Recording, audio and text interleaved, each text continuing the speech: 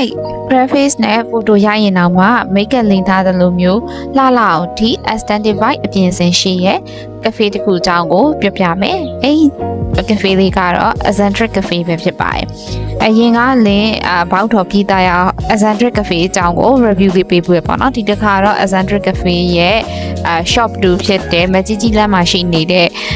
coffee lounge လေးအကြောင်းပြောပြမှာဖြစ်ပါတယ်။နေရလေအိတ်ဆိုင်ကိုလေဒေါက်တာဆာမ facial treatment ခဏသွားလုပ်ပြီးတော့မကြီးကြီးလမ်းကိုဖြတ်တယ်ဆိုလို့ရှိရင်လေခဏဝင်ကျင်တဲ့ဆိုင်ဒါပေမဲ့မဝင်ဖြစ်ခဲ့ဘူးပေါ့နော်ဒီတစ်ခါတငယ်ချင်းနဲ့ facial treatment သွားလုပ်ပြီးရဲ့အချိန်မှာဒီဆိုင်လေးကိုဝင်ဖြစ်ခဲ့ရပေါ့နော်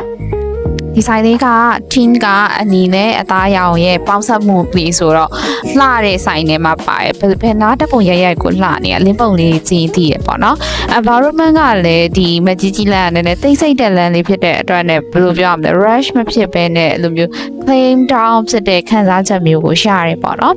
ပြီးတော့ဒီဆိုင်မှာဆိုလို့ရှိရင်ဝင်ချင်းမှာရိုက်လို့ကောင်းတဲ့ Mara Safi လှလေးရှိရစာရန်နဲ့တွေကိုတော်တော်လေးရိုက်လို့ကောင်းတယ်နော်ကိုကနည်းနည်းဟိုခက်လန်းလန်းပုံစံလေးဝတ်လာဆိုလို့ရှိရင်ဒီရဲ့ Mara Safi နဲ့ဆိုတော့ဟို anti ပါပဲပြီးတော့ orange သင်းလေးနဲ့သူတို့ရဲ့ coffee meaning ကိုရေးထားတဲ့နေရာလေးမှာဆိုလို့ရှိရင်လည်းလှလေးရိုက်လို့ကောင်းပါတယ်ပြီးလို့ရှိရင်ဒီဖဖတဲ့လို့ခေါ်မြင်လေးမှာသူကဒီနောက်မှာ coffee စီပုံစံ background လေးလုပ်ထားတဲ့အတွက်နဲ့အိမ်နာလေးဓာတ်ပုံရိုက်ရလဲတော်တော်လေးကိုရိုက်လို့ကောင်းတယ်ပေါ့နော်အရှိမဆိုလို့ရှိရင်လည်းဓာတ်ပုံရိုက်ရပို့ပြီးတော့လှတယ်လေးမျက်နှာ breath face ဖြစ်နေတော့မှလုံးဝမျက်နှာလေးကိုလင်းထိန်ပြီးတော့ကိုလှနေရပါတော့အရှိဆုံးဝင်ပေါက်လေးရတယ်တော်တော်ရိုက်လို့ကောင်းပါရဲ့အခုအစားအသောက်ကြောင်းလေးပြောမယ်အစားအသောက်ကတော့ဒီမှာ hot drink တွေလက်ဖက်ထမင်းတို့အစားအသောက်တွေပြီးတော့ခောက်ဆွဲပြုတ်တွေအစုံရှားရပေါ့ပြီးတော့ detox water တွေလည်း free တောက်လို့ရပါတယ် facial treatment လုပ်ပြီးတော့ detox water တောက်တော့အသားရည်ပူလာတာပေါ့နော်Okay အခုကလင်းတို့ကလင်းနဲ့တငယ်ချင်းပါရီမှာခဲ့တယ်ဆိုရှင် strawberry matcha latte ရဲ့ပြီးတော့ cold chocolate ရဲ့ပြီးတော့ဒီ New York cheese ရဲ့ mala potato ရဲ့မှာခဲ့ပါတယ်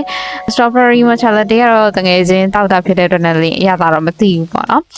လင်းကတော့ chocolate ကိုတောက်တာဒီလုံးဝတောက်လို့ကောင်းတယ်ဆိုတာကသူ့ရဲ့ပုံစံကြည့်လိုက်တောက်စင်စရာပုံစံလေးပေါ့နော်ပြီးတော့သူက chocolate များတာလေးကတော့လင်းကြိုက်တယ်ပေါ့နော်သူ့ရဲ့ဈေးနှုန်းကတော့1200လောက်တော့ပေးရတယ်ပြီးတော့cheese cake ပေါ့နော် cheese cake ကတော့လင်းတို့တွေ့နေကြစားနေကြ cheese cake ရဲ့အရာသာပါပဲစားလို့ကောင်းပါတယ်သူတို့ဆိုင်မှာဒီ drink တစ်ခုနဲ့ဒီ cake နဲ့ပေါင်းပြီးတော့မှာရဲဆိုလို့ရှိရင် 20% discount ရှိပါတယ်နောက်တစ်ခုက mala potato လောကအကြိုက်ပဲအလေးကအဆက်တော့တိတ်မစားအောင်ဆိုပြီးမယ်သူတို့ဆိုင်မှာလာ potato လေးကစားလို့ကောင်းပါတယ် potato ကလည်းတော့ဟိုအရာသာလည်းတော်တော်ရှိရပါတော့နောက်ဆက်တဲ့ကိုစားလိုက်တာနဲ့ကိုမလာအရာသာလေးနဲ့အရင်လက်ဆက်နေပဲနဲ့စားလို့ကောင်းတဲ့ခန်းစားချက်လေးရှာရပါတော့သူကတော့ထောင်းပေးရပါတယ်လင်းနဲ့ငယ်ချင်း2ယောက်ပေါင်းကို45,300လောက်ပြီးခင်းရတယ်ပေါ့နော်ဒီဆိုင်လေးက Ascendify လည်းဖြစ်တယ်ပြီးတော့ကိုယ့်ရဲ့ဘယ်လိုပုံစံမျိုးနေဘယ်လိုပုံစံမျိုးလေးနဲ့ပဲဘယ်လိုပုံစံ outfit ပဲရှိဓာတ်ပုံရိုက်လို့ရှိရင်လောကလှတယ် vibe အမျိုးအစားလေးလည်းဖြစ်တယ်ဆိုင်လေးကကိုယ့်ရဲ့ breakfast နဲ့ရိုက်ရင်တော့မှအခုလေးမျက်နှာ breakfast နဲ့ရိုက်ရင်တော့မှလောက Ascendify ဖြစ်ပြီးတော့ဓာတ်ပုံရိုက်လို့ကောင်းတဲ့ photo spot တွေရှိရဲ့နေဆိုင်လေးလည်းဖြစ်တယ်ပြီးတော့environment လေးကလည်း clean down လေးလည်းဖြစ်တယ်ဆိုတော့ပြီးတော့အစားအသောက်ကောင်းလေးတွေလည်းရှိရနေရလေးဖြစ်တဲ့အတွက်နဲ့ကိုက claim down ဖြစ်ပြီးတော့AC လေးထိတ်ချင်တဲ့ photo spot လာလေးရှိရနေရကိုသွားချင်တယ်ဆိုလို့ရှိရင်တော့လင်းကတော့ Eccentric Cafe လေးကိုလာခဲ့ပေါ် comment လေးပေးလိုက်ချင်ပါတယ်အဲ့တော့လင်းရဲ့ vlog လေးကိုလည်းအဆုံးထိနားထောင်ပြီးကြည့်ပြီးလို့ကျေးဇူးအများကြီးတင်ပါတယ်နောက်ထပ် season 3 video တွေ podcast လေးမှာပြန်လည်ပြီးတော့ဆုံတွေ့ပါအောင်မယ်နော် thank you I love you all ပါ